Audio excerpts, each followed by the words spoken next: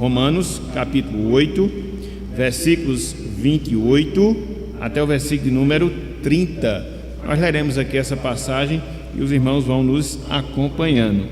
Romanos 8, 28 até o versículo número 30. Irmãos e irmãs, diz o seguinte, a palavra do Senhor, Romanos 8, 28 até o 30. Sabemos que todas as coisas cooperam para o bem daqueles que amam a Deus, daqueles que são chamados segundo o seu propósito. Porquanto, aos que de antemão conheceu, também os predestinou para serem conformes à imagem de seu Filho, a fim de que ele seja o primogênito entre muitos irmãos. E aos que predestinou, a esses também chamou, e aos que chamou, a esses também justificou, e aos que justificou, a esses também glorificou. Até aqui, até o versículo 30. Que o Senhor nos abençoe e que Ele aplique em nossos corações a porção lida da sua santa e bendita palavra. Amém. Podeis assentar, irmãos e irmãs. Hoje nós vamos dar, vamos assim dizer, um estudo avulso, saindo um pouco daquela sequência que os irmãos estão a considerar na carta do apóstolo Tiago, na carta de Tiago, conforme o pastor Val está fazendo ao longo das últimas quartas-feiras. E hoje eu queria que nós trabalhássemos um tema relacionado à salvação, de maneira específica a doutrina da salvação, o que em termos teológicos a gente chama de soteriologia, é a doutrina bíblica da salvação. Então a gente vai trabalhar um tema dentro dessa área, para que assim a gente possa aprofundar o nosso conhecimento e, além de aprofundar, poder ver na prática essas realidades, elas sendo experimentadas na vida e na vida de cada um de nós. Então, como palavra introdutória, nós queríamos dizer o seguinte: meus irmãos, minhas irmãs, a obra da salvação é algo amplo e grandioso. A obra da salvação é algo amplo e grandioso. Por quê? Porque quando a gente começa a considerar, quando a gente começa a contemplar alguns detalhes que estão relacionados à salvação, a gente percebe, por exemplo, que a nossa salvação, ela pode ser vista em três aspectos. Em primeiro lugar, a gente pode ver a nossa salvação como um fato consumado, como uma realidade consumada em nossas vidas. Mas não só isso, a gente também pode ver a nossa salvação como um processo que está agora em andamento em cada uma das nossas vidas, nós que somos servos e servas de Cristo Jesus. Mas não só isso, a gente também pode enxergar, a gente também pode ver a nossa salvação como uma promessa, uma realidade a ser concretizada em nossas vidas. Veja como pensar na nossa salvação é algo amplo. Você pode ver a salvação sob o ponto de vista daquilo que já aconteceu conosco no passado. Você pode considerar a nossa salvação como algo que está se dando agora, no presente. Você também pode ver a sua salvação como algo que vai ser concretizado ainda no futuro, ou seja, um pouco mais adiante. E nesse sentido, meus irmãos, minhas irmãs, a gente pode entender que a nossa salvação, ela se dá em três tempos. A nossa salvação, ela se dá em três etapas. Qual é o primeiro tempo? Qual é a primeira etapa da nossa salvação? Quando nós fomos justificados, quando nós fomos perdoados, quando nós fomos declarados justos diante de Deus, diante do Senhor. E isso aconteceu quando? Aconteceu no nosso passado, quando da nossa regeneração. Mas não só isso, o segundo tempo da nossa salvação é o que nós chamamos de santificação, que é o processo que hoje, que é o processo que agora, eu, você, todos nós estamos a desenvolver, uma vez que a gente foi salvo. Estamos assim desenvolvendo a nossa salvação, estamos assim trabalhando a nossa santificação, o segundo tempo. Mas não só isso, além do primeiro, além do segundo, há o terceiro tempo da nossa salvação, que é quando? Quando ocorrer a nossa glorificação. E isso vai se dar mais para frente, isso vai se dar no futuro, conforme a gente vai estudar na noite de hoje. Então, veja, conforme nós falamos agora há pouco, como pensar na nossa salvação é algo amplo, como pensar em nossa salvação é algo grandioso. Você pode considerá-la como algo que aconteceu no passado, quando Deus lhe justificou. Você pode considerá-la como algo que está acontecendo hoje, na medida em que você vai se santificando, vai se consagrando a Deus, e também você pode enxergá-la como algo que vai acontecer ainda no futuro, quando da nossa glorificação. E isso, meus irmãos, e isso, minhas irmãs, é maravilhoso. Por quê? Porque a gente percebe que a nossa salvação impacta a nossa vida no sentido completo. A nossa salvação, ela impacta a nossa existência, não só passada, a presente e também a futura. Então, é por isso, e pela graça de Deus, é por isso que pela graça do Senhor, eu queria que nessa noite de hoje nós pudéssemos considerar esse tema, nós pudéssemos considerar esse assunto, os três tempos da salvação, quando do passado, quando do presente e também do futuro. Então, vamos lá, pela graça de Deus, vamos começar a destrinchar essas verdades, vamos começar a nos aprofundar aqui nesse tema, considerando essas três divisões que compõem, vamos assim dizer, todo o processo da nossa salvação. Em primeiro lugar, o primeiro tempo da nossa salvação, ou seja, a nossa justificação. O primeiro tempo da nossa salvação, ou seja, a nossa justificação. Abram aí, por favor, as suas Bíblias na carta escrita pelo apóstolo Paulo aos irmãos da igreja em Roma. Carta aos Romanos, capítulo 8, versículo 1. Carta aos Romanos, capítulo 8, versículo 1. Olha só o que a gente vai ver aqui. O primeiro tempo da nossa salvação. No passado, quando da nossa justificação.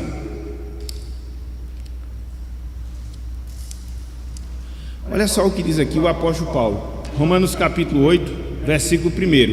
Ele assim nos diz: agora, pois, já nenhuma condenação há para os que estão em Cristo Jesus.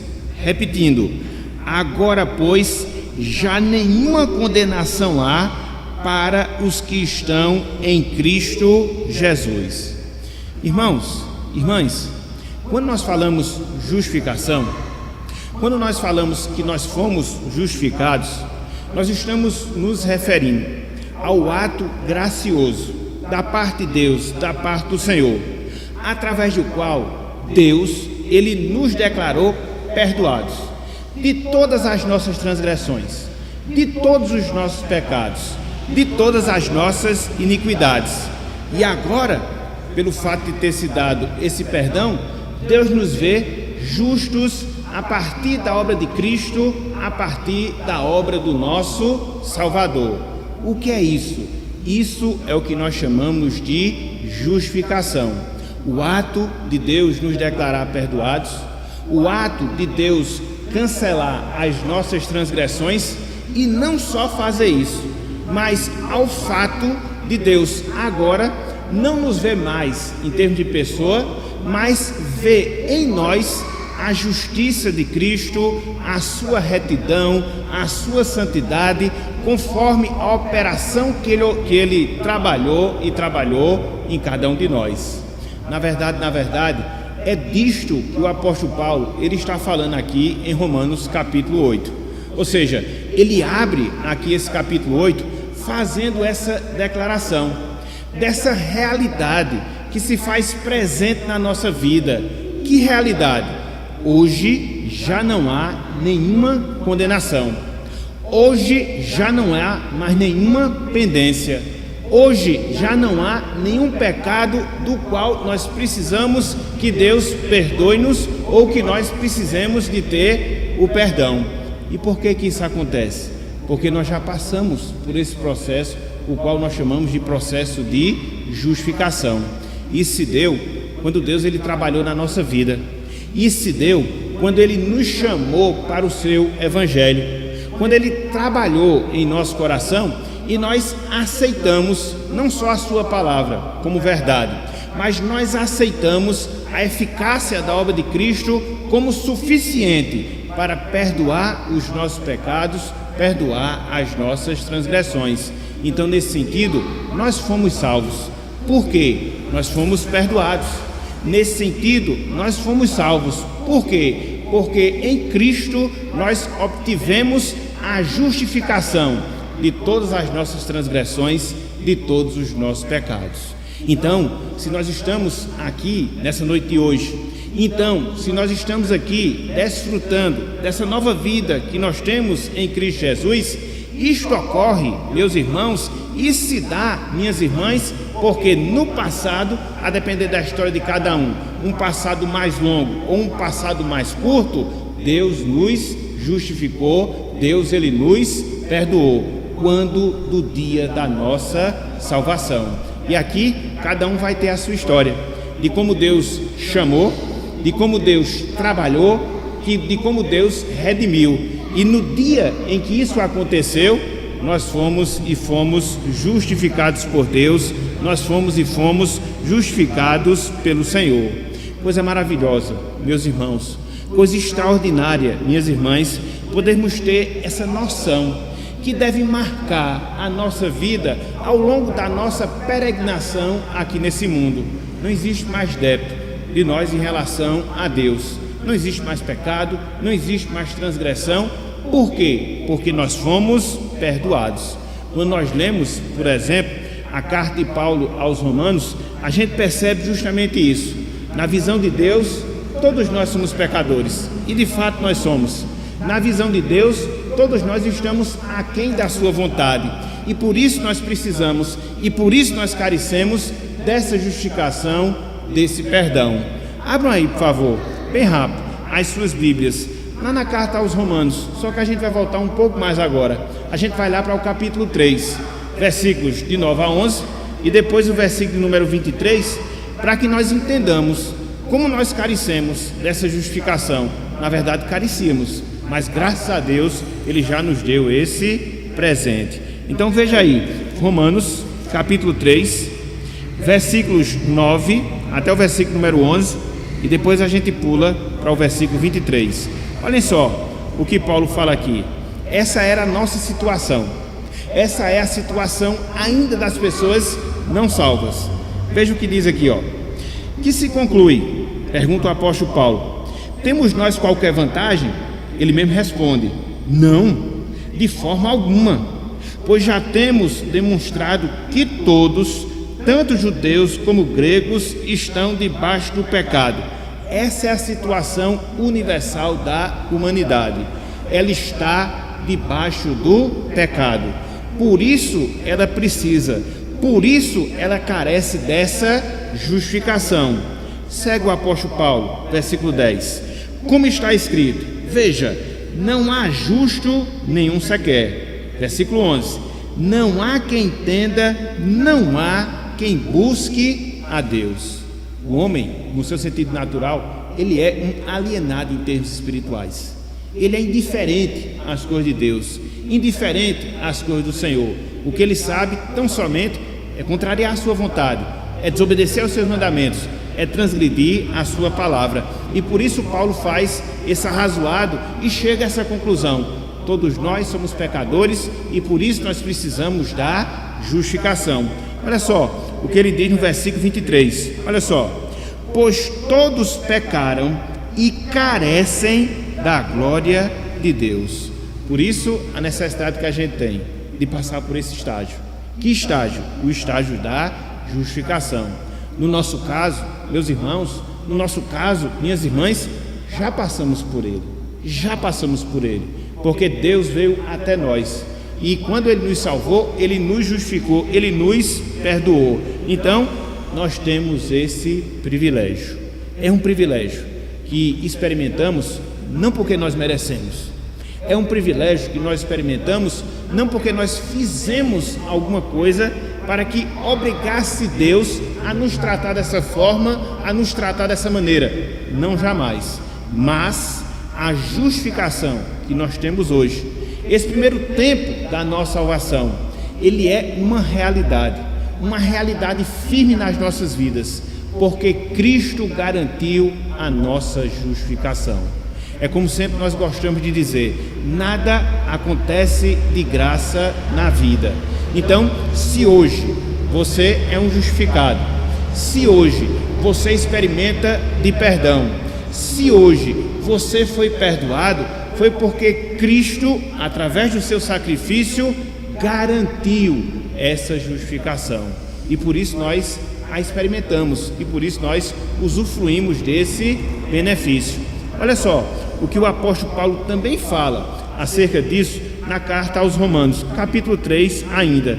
Veja aí, versículos 24 e também o versículo número 25. Romanos capítulo 3, versículos 24 e também o versículo número 25. Olha só o que Paulo diz aqui, apontando a justificação como algo adquirido por Cristo para cada um de nós. Veja o que ele diz, verso número 24: sendo justificados, como? Paulo enfatiza, gratuitamente, é de graça. Você não faz nada para obter, você não faz nada para ter, é dado graciosamente. No caso, recebemos de graça, mas não aconteceu de graça, alguém teve que pagar o preço, e Paulo aqui especifica quem foi essa pessoa e como ela fez. Veja, sendo justificados gratuitamente por sua graça, olha só, mediante a redenção que há em Cristo Jesus. Cristo redimiu os nossos pecados, e por isso hoje nós somos justificados. Cristo tomou sobre si a penalidade que repousava sobre nós, das nossas transgressões, dos nossos pecados, que fez com que ele morresse aquela morte horrenda no Calvário, para que assim ele pudesse transferir a sua justiça. Ele assumiu a nossa condição e a nossa penalidade pecaminosa. Para quê? Para que hoje, eu, você, todos nós, fôssemos justificados em Cristo Jesus. Olha só o que ele complementa dizendo no versículo 25: a quem Deus propôs, ou seja, a redenção, no seu sangue, no sangue de Cristo, como que? Como propiciação, mediante a fé, para manifestar a sua justiça, no caso, a justiça de Deus, por ter Deus, na sua tolerância, deixado impunes os pecados anteriormente cometidos. Então, a nossa justificação, meus irmãos, minhas irmãs, ela foi adquirida por Cristo, pelo seu sacrifício, pela sua morte, pela sua obra na cruz do Calvário. E aí você fica a se perguntar, e aí você fica a se indagar. Sim, em primeiro lugar, a gente percebe que em virtude da nossa condição pecaminosa, todos nós precisamos de justificação. Sim. Em segundo lugar, a gente acabou de ver que Cristo adquiriu essa justificação para mim. Mas como é que de fato ela é operacionalizada na minha vida? Como é que de fato eu experimento essa justificação? Como é que eu começo a vivenciar esse primeiro tempo da minha salvação? Quando nós passamos a ter fé, meus irmãos, minhas irmãs, nessa obra. Quando nós passamos a ter confiança que aquilo que Cristo fez por nós na cruz do Calvário, a sua morte na cruz, o derramamento do seu sangue, eles são suficientes para nos dar esse perdão e essa justificação. E quando é que a gente tem fé? Quando a gente é regenerado. Quando é que a gente tem fé? Quando a gente é chamado. Quando é que a gente tem fé? Quando a gente passa pelo processo de salvação. E é interessante porque nem isso vem de nós mesmos, porque a Bíblia diz que a fé é dom de Deus. Então veja, Deus nos dá o dom da fé, e a partir dessa fé, o próprio Deus nos dá da sua justificação na pessoa de Cristo Jesus. Veja que nada depende da gente, veja que nada depende de nós, é pura obra da graça, do amor, da bondade de Deus em relação às nossas vidas. Olha só o que o apóstolo Paulo fala acerca da apropriação dessa justificação. Quando a gente tem fé, quando a gente confia, quando a gente descansa na eficácia da obra de Jesus Cristo na cruz do Calvário. Abram aí as suas Bíblias, não em Romanos agora, mas na carta aos Gálatas. Abram aí, por favor. Carta aos Gálatas, capítulo 2. A gente vai ler só um verso, versículo 16. Carta aos Gálatas, capítulo 2, versículo 16.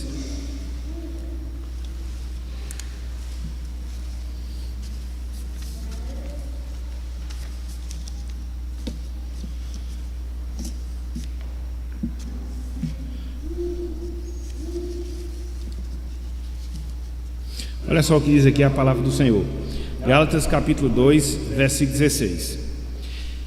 Sabendo, contudo, veja, que o homem não é justificado por obras da lei, mas como? Segue Paulo, e sim mediante a fé. Em quem? Em Cristo Jesus. E ele diz: também nós temos crido em Cristo Jesus, para que fôssemos justificados pela fé em Cristo, e não por obras da lei, pois por obras da lei ninguém será justificado. Não adianta, meus irmãos, não adianta, minhas irmãs. Por mais que você tente obedecer de si mesmo à lei de Deus, para que com isso você possa garantir algum favor, algum merecimento, você não vai conseguir, você não vai alcançar. E isso é bom, porque nos humilha e colocam as coisas nos seus devidos lugares, apontando justamente para esse fato, apontando justamente para essa verdade, que é graça de Deus, é favor merecido, e Ele nos concede essa fé na obra de Cristo, para que assim a gente possa verdadeiramente experimentar a justificação. E isso aconteceu um dia na vida de cada um de nós, quando Deus ele nos falou de maneira muito íntima, quando Deus ele nos falou de maneira muito profunda e nos fez reconhecer que a parte do sacrifício de Cristo não haveria salvação para nós, e nós nos agarramos nessa obra, descansamos nela, confiamos nela, e na medida em que um homem faz assim, ele passa pela primeira etapa do processo da salvação, a saber, a justificação, que ocorreu a cada um de nós no passado e que falta ocorrer com aquelas pessoas que ainda não são salvas. E a nossa esperança e o nosso trabalho, a nossa oração é justamente essa, ou seja, que as pessoas possam ter esse entendimento, que as pessoas possam ter essa compreensão, para que, a exemplo que aconteceu conosco, elas também possam ultrapassar esse primeiro momento da redenção das suas vidas, olhar para Cristo, olhar para a sua obra e descansar como suficiente para perdoar os nossos pecados, para perdoar as nossas transgressões. Mas aí fica a pergunta: o que é que essa verdade ela implica na minha vida? Qual a lição que eu posso aprender a partir dela? Qual princípio eu posso aplicar ao meu viver? Vários, mas eu queria chamar a atenção de um, no seu sentido mais especial, de um, no seu sentido mais específico. Ou seja, quando nós entendemos, irmãos e irmãs, que a gente já passou por essa primeira etapa da salvação, ou seja, a justificação, que fomos perdoados, que descansamos no sacrifício de Jesus Cristo, a grande lição que se aplica para nós é que a gente não pode mais temer o nosso presente, a gente não pode mais desconfiar quanto ao nosso futuro, porque o nosso grande problema foi resolvido. Eu sempre gosto de enxergar assim, que o maior problema que nós temos em nossas vidas é o nosso pecado. Se você consegue resolver o problema do seu pecado, se você consegue remediar o seu pecado, consequentemente você vai conseguir remediar as demais coisas. Então hoje a gente tem essa comunhão com Deus, uma comunhão inquebrável. A gente terá uma comunhão com Deus eterna também inquebrável. E por que isso acontece? Porque nós somos justificados no passado. Por que isso acontece? Porque Deus já nos perdoou todas as nossas transgressões. Então não existe mais nada que venha nos separar de Deus, a não ser pecados que nós cometemos no nosso cotidiano, para os quais, através da confissão, a gente tem o perdão, o restabelecimento da comunhão, e assim a gente vai seguindo, e vai seguindo ao longo da nossa vida. Porque o fato de nós termos sido justificados Agora não nos tira a realidade da gente não pecar. Não, continuamos a pecar, mas nós temos o recurso da confissão, nós temos o recurso do perdão que Deus nos dá, e aí a gente vai seguindo na nossa caminhada. É diferente de quando nós não tínhamos a salvação, é diferente de quando nós não éramos justificados, porque nós precisamos reatar a nossa ligação com Deus. Já foi reatada, a justificação já reatou, e agora a gente vai mantendo essa comunhão a partir do momento que a gente vive uma vida para a glória de Deus. Então, qual é o primeiro momento? Qual é o primeiro tempo da nossa salvação? A nossa justificação, o perdão que Deus nos deu dos nossos pecados a partir do sacrifício de Cristo, que foi aplicado em nossas vidas através da fé e confiança no Salvador. Contudo, meus irmãos, minhas irmãs, eu não queria mostrar apenas o primeiro tempo da salvação, eu queria mostrar também o segundo tempo da nossa salvação. Se o primeiro tempo é a justificação, o segundo tempo é a santificação. O segundo tempo da nossa salvação é a santificação. Então, no passado, nós somos justificados.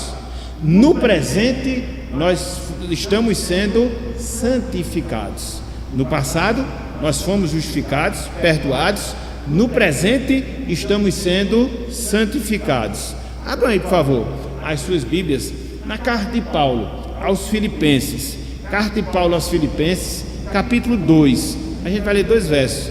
A partir desse instante, depois lermos outros. Filipenses, capítulo 2, versículos 12 e 13. Filipenses, capítulo 2, versículos 12 e 13.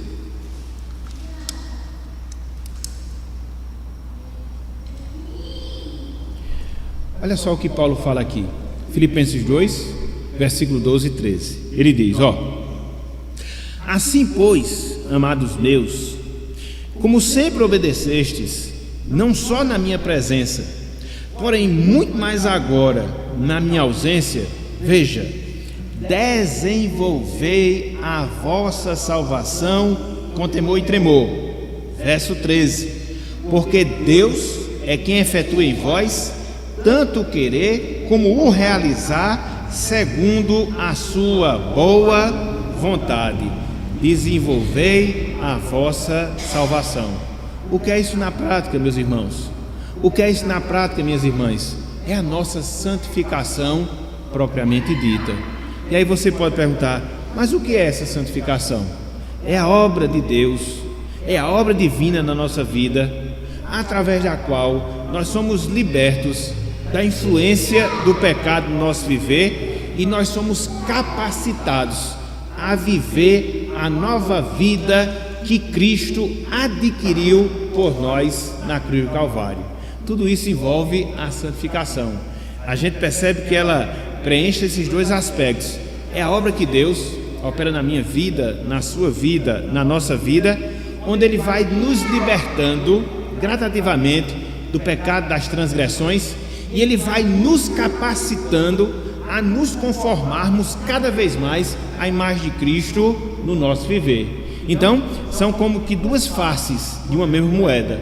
Quando você fala em santificação, você pensa naquilo que a gente deve fazer, de colocar de lado e para trás o nosso velho homem, com os seus hábitos terrenos, com os seus hábitos carnais, mas não só isso, de viver agora uma nova vida, segundo os conceitos do Evangelho, de viver agora uma nova vida, pautado pela palavra de Deus, de viver agora uma nova vida, seguindo a vida de Jesus Cristo. Isso na prática é o que nós chamamos de santificação.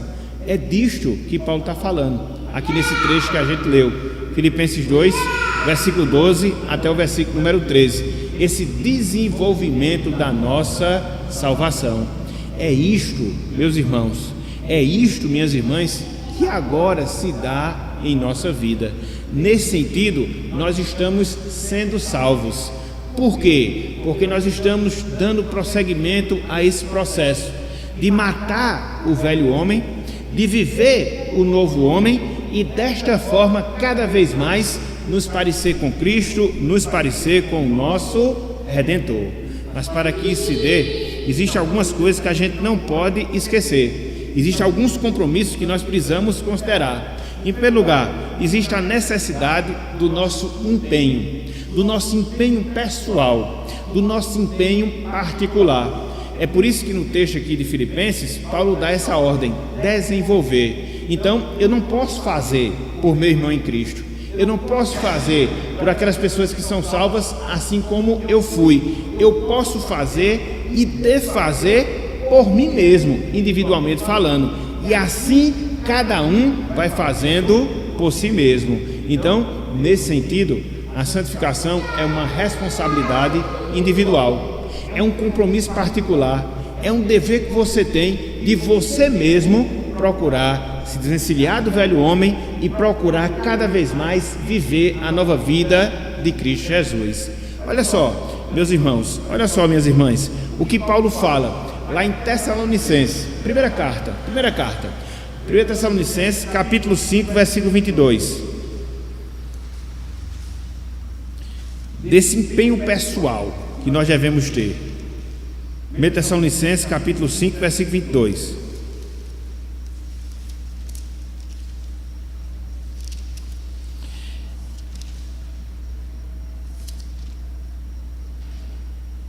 Ele fala, verso 22, apenas verso 22: abstende-vos de toda forma de mal.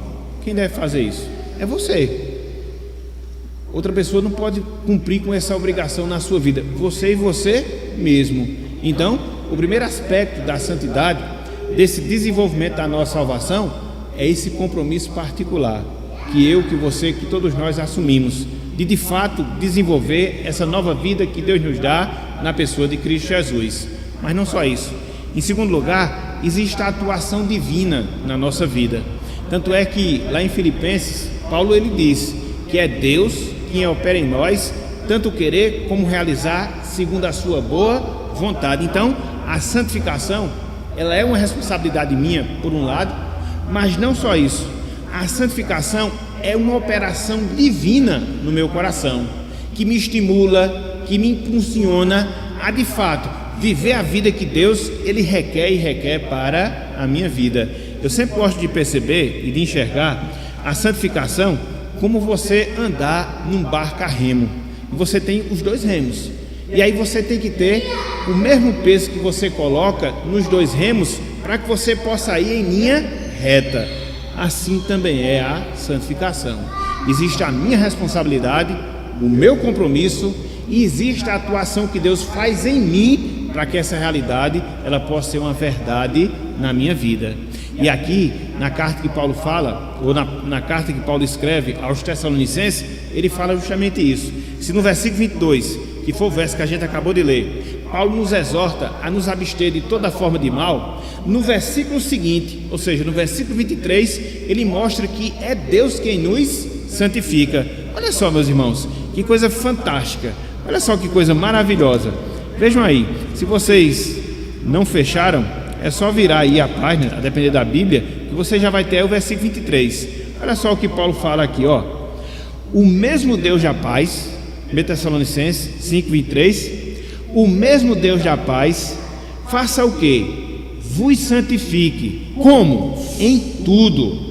E o vosso espírito, alma e corpo sejam conservados íntegros e irrepreensíveis na vinda de nosso Senhor Jesus Cristo. Então veja, é Deus que opera em nós essa santificação. Por um lado, eu devo me empenhar, por outro lado, Deus ele vai operando e vai operando em mim, que esse desenvolver da nossa salvação, que hoje, agora, nesse exato instante, está se dando e se dando na vida de cada um de nós. Então veja, o primeiro aspecto da santificação, do desenvolvimento da salvação, eu devo me empenhar, particular e pessoalmente falando. O segundo aspecto, eu careço da atuação divina. Deus tem que trabalhar em mim para que eu possa me santificar. Em terceiro lugar, eu devo abandonar aquilo que é ruim, aquilo que é pecaminoso, aquilo que é vil, para que assim eu possa deslanchar no processo da santificação. Olha só o que Paulo fala acerca disso na carta aos Romanos. Voltemos mais uma vez para a carta aos Romanos, capítulo 6. Olha só que coisa interessante ele fala aqui, ó, nessa questão de você abandonar o que é pecaminoso, o que é vil, para que você possa se santificar.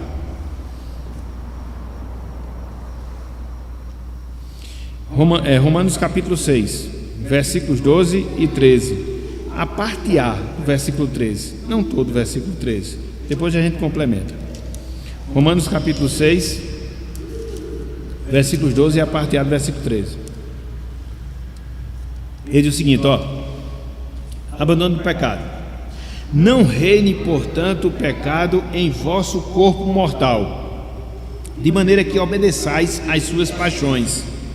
Nem ofereçais cada um os membros do seu corpo ao pecado, como instrumentos de iniquidade. Então, aqui é o que nós chamamos de parte negativa da santificação.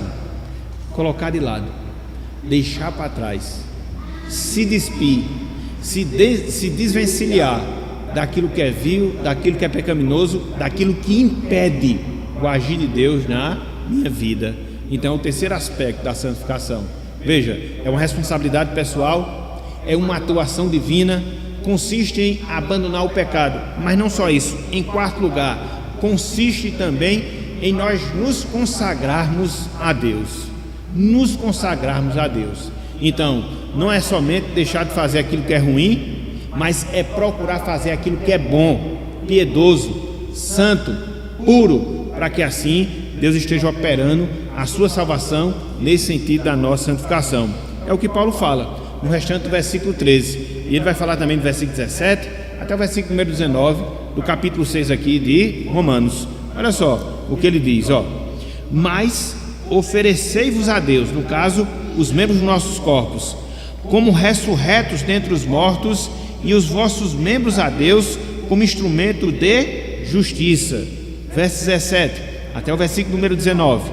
Mas graças a Deus, porque outrora escravos do pecado, contudo viestes a obedecer de coração a forma de doutrina a que fostes entregues, e uma vez libertados do pecado, fostes feitos servos da justiça.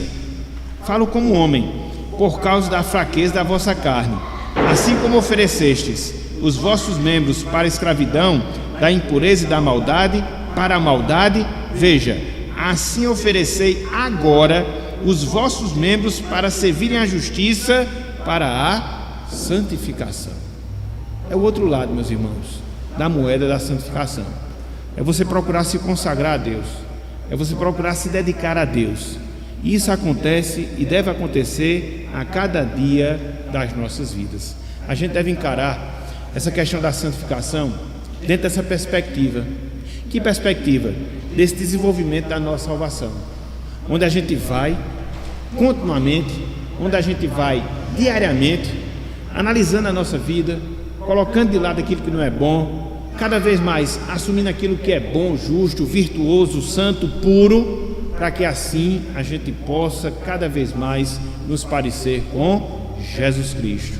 Aí você pode perguntar: a gente vai acabar esse processo de santificação? A gente vai chegar ao ápice dele? A gente vai terminar? A gente vai concluí-lo? Não, porque aí vai precisar de um terceiro momento da nossa salvação, que já a gente vai estudar. Mas enquanto aqui nós estivermos, essa deve ser a nossa perspectiva, de nos consagrarmos cada vez mais a Deus, de nos santificarmos cada vez mais ao Senhor.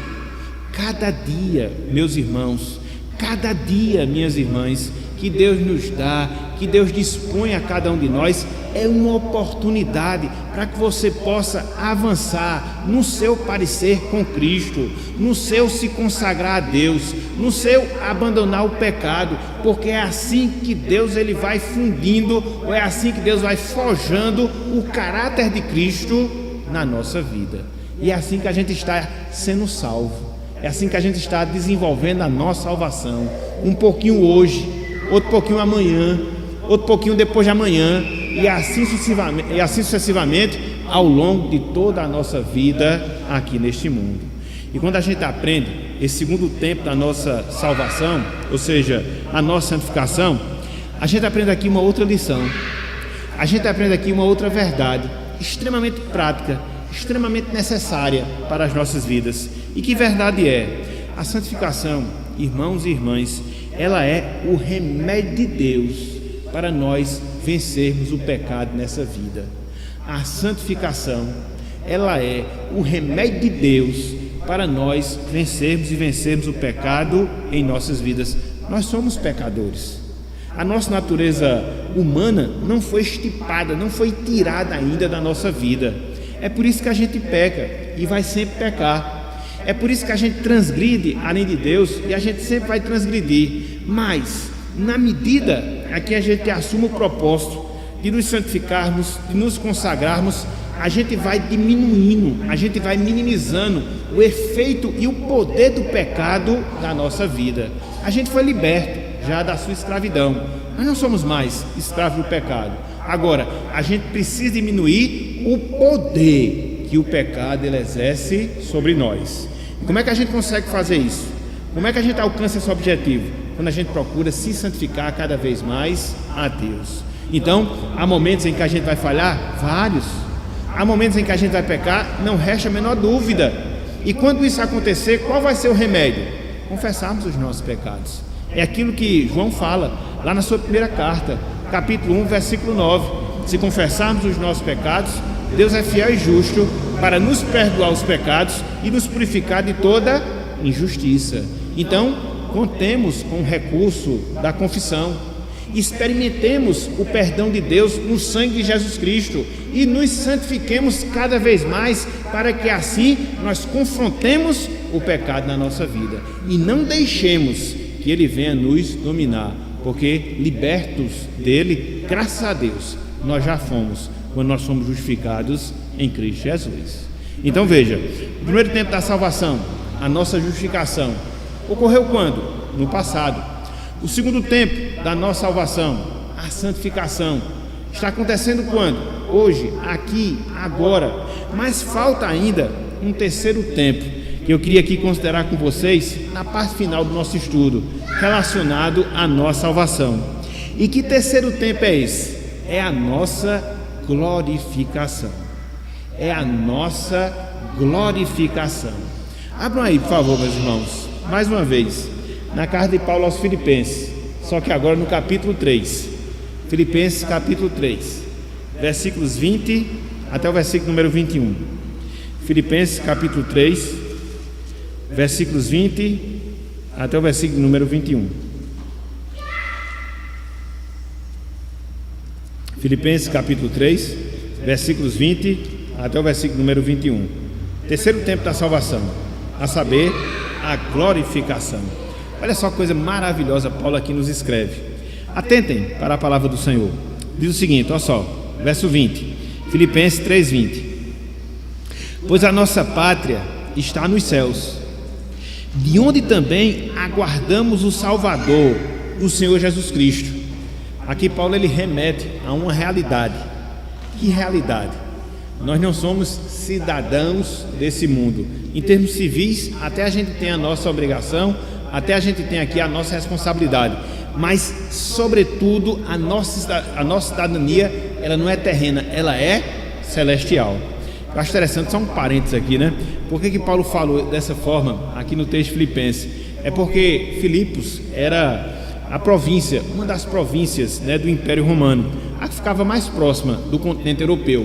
E aí, os cidadãos de Filipos, uma vez que a cidade era uma colônia romana, eles tinham os mesmos direitos, eles tinham os mesmos privilégios dos cidadãos que moravam na capital do império, ou seja, em Roma.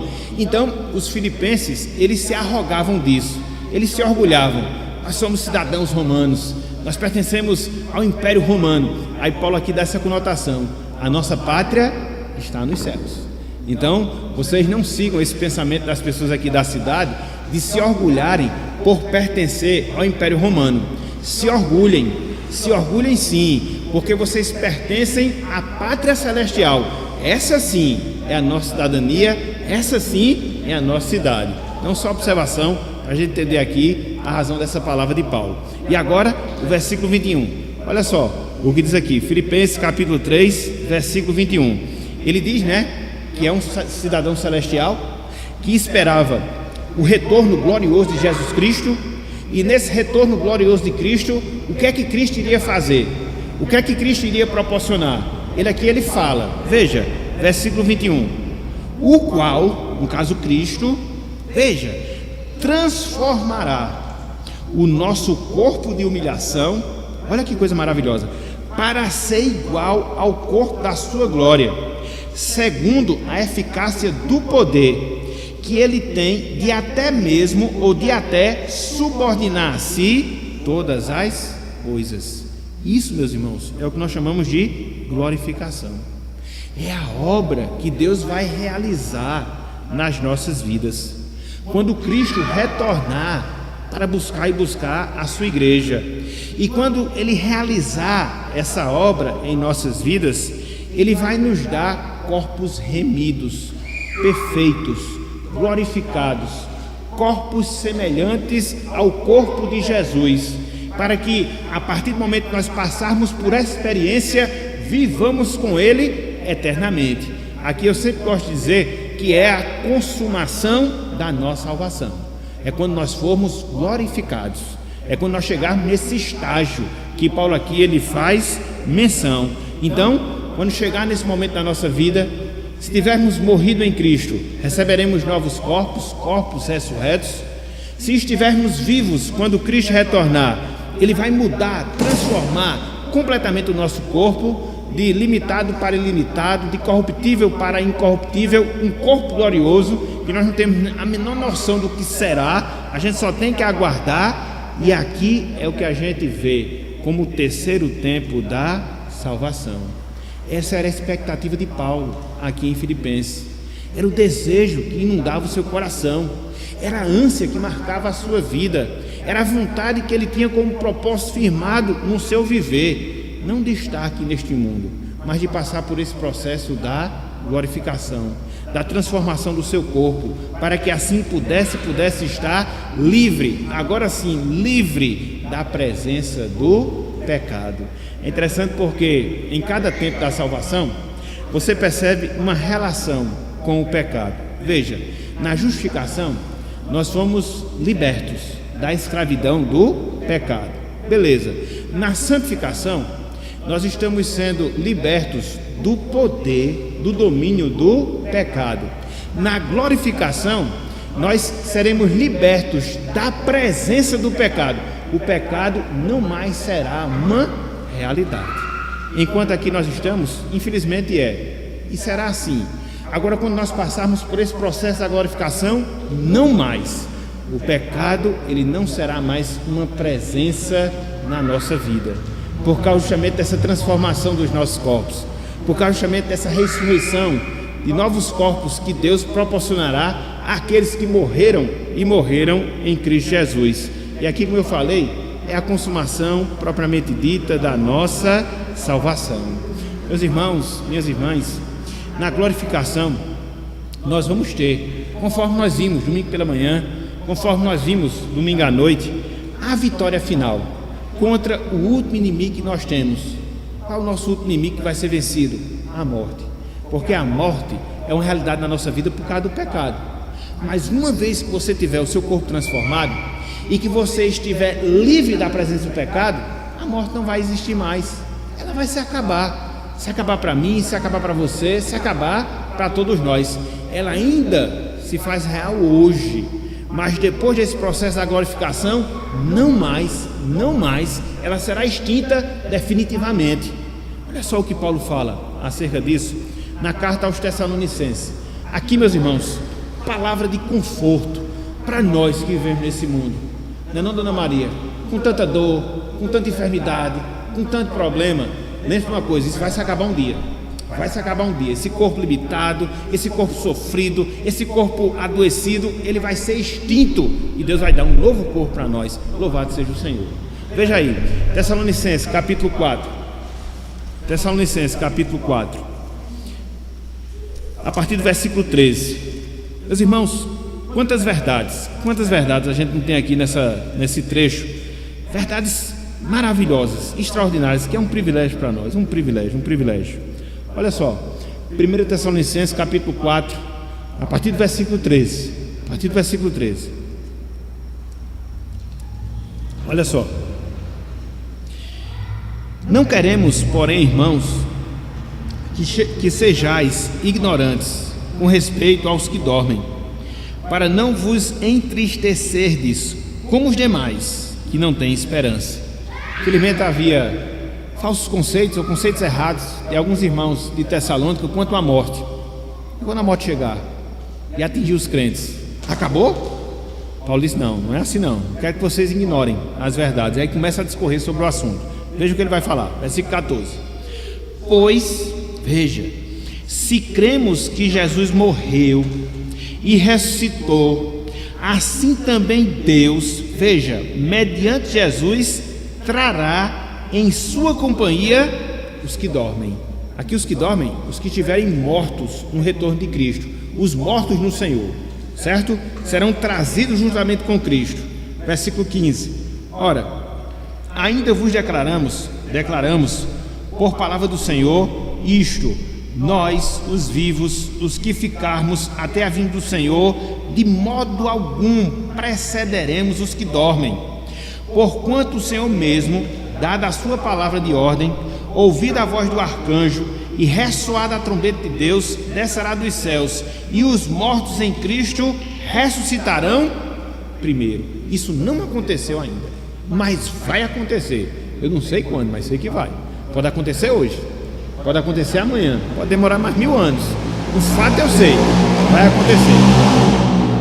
vai acontecer. E quando ocorrer, aqueles que estiverem mortos em Cristo virão primeiro com Cristo, ressuscitados, com corpos glorificados, porque ele já atingiu esse nível da salvação, ou seja, a glorificação.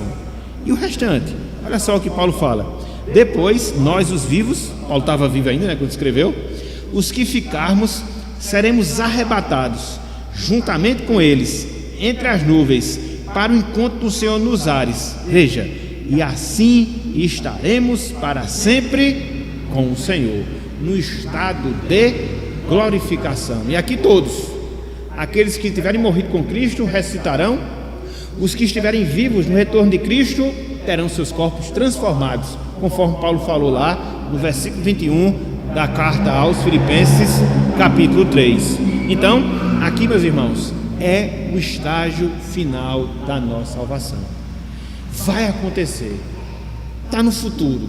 E aí, como eu disse agora há pouco, pode acontecer amanhã, pode acontecer daqui a 30 segundos, mas sempre vai ser uma coisa futura. Uma coisa eu sei, vai acontecer. E aí nós veremos a Cristo como Ele é, e teremos corpos semelhantes, não iguais, mas semelhantes ao corpo de Jesus. E o que é que fica aqui de lição? O que é que fica aqui de aplicação? Que nós devemos ansiar por esse dia, meus irmãos. A gente deve fazer aquela oração que Paulo fazia. Qual era a oração que Paulo fazia em relação ao futuro? Ele dizia: Maranata, ora vem, Senhor Jesus.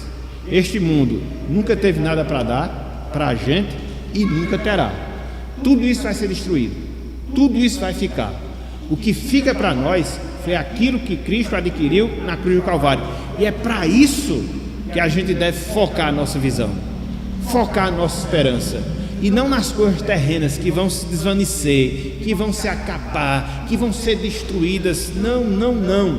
A gente deve estar com o pé no chão e com o pensamento nos céus, com a visão em Cristo, e assim vivendo a vida que Deus determinou e determinou para cada um de nós. Hoje o nosso contexto é de limitação, hoje o nosso contexto é de sofrimento, é de doença, é de morte, mas um dia tudo isso vai acabar e nós estaremos ali, santos, inculpáveis, glorificados na presença de Cristo para todo sempre. Amém. Meus irmãos, minhas irmãs, o que foi que nós vimos hoje? Hoje a gente viu os 3 tempos da salvação. No passado, quando nós fomos justificados, a justificação, e aí Deus ele nos salvou, Deus ele nos livrou da escravidão e da penalidade do pecado. No presente, a salvação está se dando na nossa vida através de quê? Através da nossa santificação, onde a gente vai se salvando do poder do pecado na nossa vida. E no futuro, qual o terceiro tempo da nossa salvação? A nossa glorificação, que conforme nós falamos agora há pouco, a gente vai ser livre da presença do pecado em nossas vidas. E o que é que fica de verdade final? Em cima de tudo isso que a gente viu, sobre tudo isso que a gente estudou, a única solução que a gente tem para todos os nossos problemas, para todas as nossas dificuldades espirituais, é Cristo Jesus, que nos garante essa salvação, que está relacionada ao nosso passado, que está relacionada ao nosso presente, que está relacionada ao nosso futuro. Em Cristo, sim, nós temos e temos solução em relação à nossa vida. Então, não duvide, meu irmão, não duvide, minha irmã, da sua salvação. A sua salvação, ela é uma realidade, porque Deus lhe justificou. A sua salvação, ela é uma realidade, porque Deus ele está lhe salvando pela santificação. A sua salvação será uma realidade, porque Deus lhe glorificará, quer seja no retorno de Cristo, quer seja na sua morte.